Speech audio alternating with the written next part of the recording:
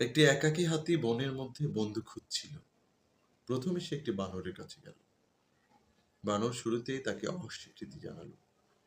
বানর বলল, তুমি গাছে উঠতে পারো না তো। এরপর সেই একাকী হাতিটি একটি খরগোশের কাছে গেল। খরগোশ বলল, তোমার যে সাইজ, ছোট একটা গর্তের মধ্যে তুমি তো থাকতে পারবে না। খরগোশও তাকে প্রত্যাখ্যান করলো।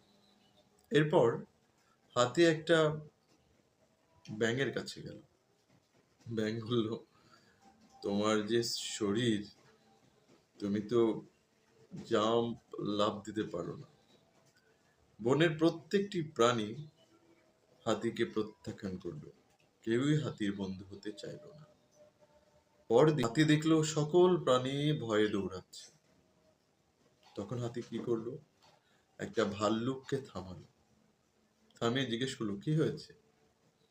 ভাল্লুক বলল, সবাই একটা বাঘের ভয়ে দৌড়াচ্ছে। তখন হাতিটি বাঘকে থামালো এবং বলল, তুমি এখান থেকে চলে যাও।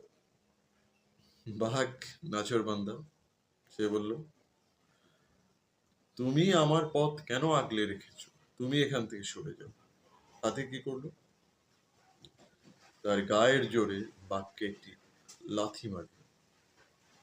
সেই সেই লাথি খেয়ে বাঘটি ভয়ে পালালো।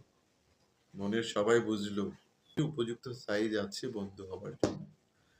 তো বিষয়টা হলো যে, এই গল্পের মূল বিষয়টা হলো যে, বন্ধু হতে গেলে অ্যাকচুয়ালি কোনো ধরনের size doesn't matter. Any kind of animal can be your friend. Thanks.